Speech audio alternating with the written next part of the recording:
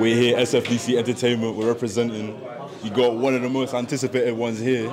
Man, just talk to me, obviously looking through all the stuff you've been saying, you've been living in the gym, so being in this environment, obviously it's a little bit different from your regular training session. So how, like, what's the emotion right now? Obviously nerves, obviously nerves. It's new, cameras are new, everything like that. I wanted to be doing this at some stage. I didn't really think it would be this close, but it's all a learning process. That's all I see everything as, just a learning process.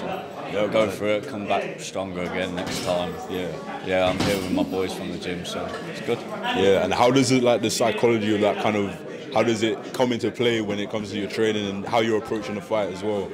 My training and my mental side has been very sort of tunnelled, like channelled. There's no veering off anywhere. I don't feel any doubts towards anything. I know my capabilities, and I think that's been the biggest part of this training, is just believing in myself. Like, I've always sort of doubted myself in a way, and everybody's always said to me, like, there's no reason to do that. Like, you can shine through. So, yeah, I think my last fight, little warm-up fight, wasn't the most hard fight I probably want, but yeah, now we're here and pushing forward, developing mentally, developing physically. It's just all the way up. That's it. Yeah. And we obviously we're speaking all about you and your mindset and your own training, but the elephant in the room is the other side of the ring. Much has been made of the animosity and everything going into it, but how much of that is you actually feel a type of way towards him, and how much of that is promo? I feel a type of way towards him. Yeah, I hate the guy. I want to kill the guy, but it is what it is. I think if he would have said that stuff outside of the gym, going back a couple of years ago, before I sort of turned family man, career focused, it would have been a different story. But I'm in the gym now. I know my abilities, like I say, and I'll just beat him the way I see comfortable, and that's by boxing. I love boxing. I coach. Boxing's my life. So yeah, he's stepping into my world now. Calls himself a boxer, but he ain't no boxer. Anybody can throw a few punches on a bag. Let's see if you can actually manage to punch me in real life. I mean, this is the sport of all sports, to settle any beef, you know what I mean? So, but is there like a limit to, you don't want to get too emotional, you don't want to be too angry, because you want it, like the way you fight is it's a lot more technical and it's a lot more composed, so you don't want it to be just full on aggression. So how much of that is a balance? I think the only thing because a lot of people have obviously watched my last fight, I think they see me as a technical boxer, but I can box just as well on the front foot. You bring that out of me, once I start taking a few on the guard and I feel that impact, sort of brings out a fire in me, so you might see that side too.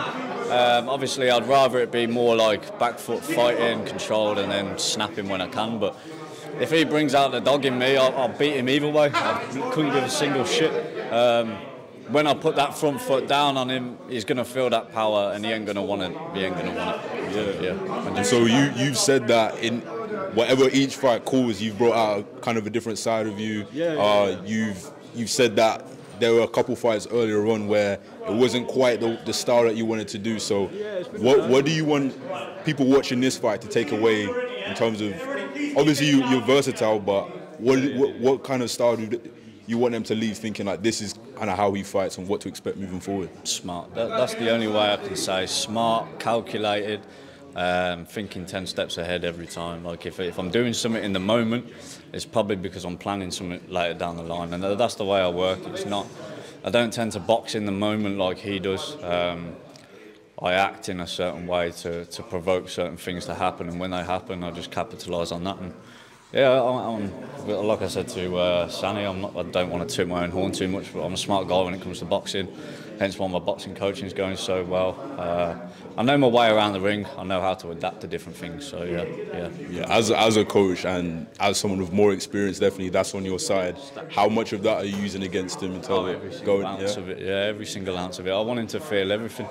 If he gets tired after the first round, because he swings it out, I'll make him even more tired by the third round. I want it so he's absolutely exhausted, getting a beat down, so he can learn a lesson, and that's literally it. So you don't want a quick knockout, you want to make sure he feels it. I want to make sure he knows it's about to happen before it happens. I don't want it to be like oh shit, I've woke up looking at the ceiling, do you know what I mean? You want him to remember. I want him to know that it's going to happen just before it happens, so he can relive that moment in his head for however long.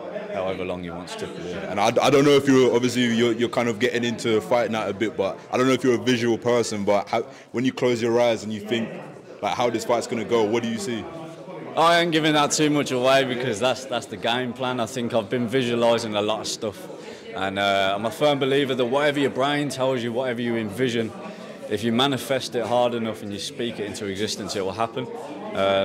And I've got a specific scenario of how it's going to happen. So obviously, like I say, I'm not going to give that away.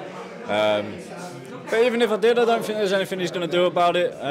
Like I say, just speak it into existence and it will happen, and that's what I've been doing.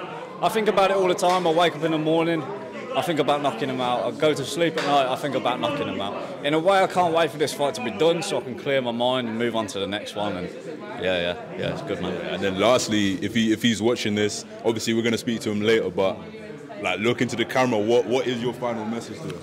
You know. That's all I'm going to say, you know. I mean, I don't know, but he clearly does. He knows if he's watching, and this is a confident fighter.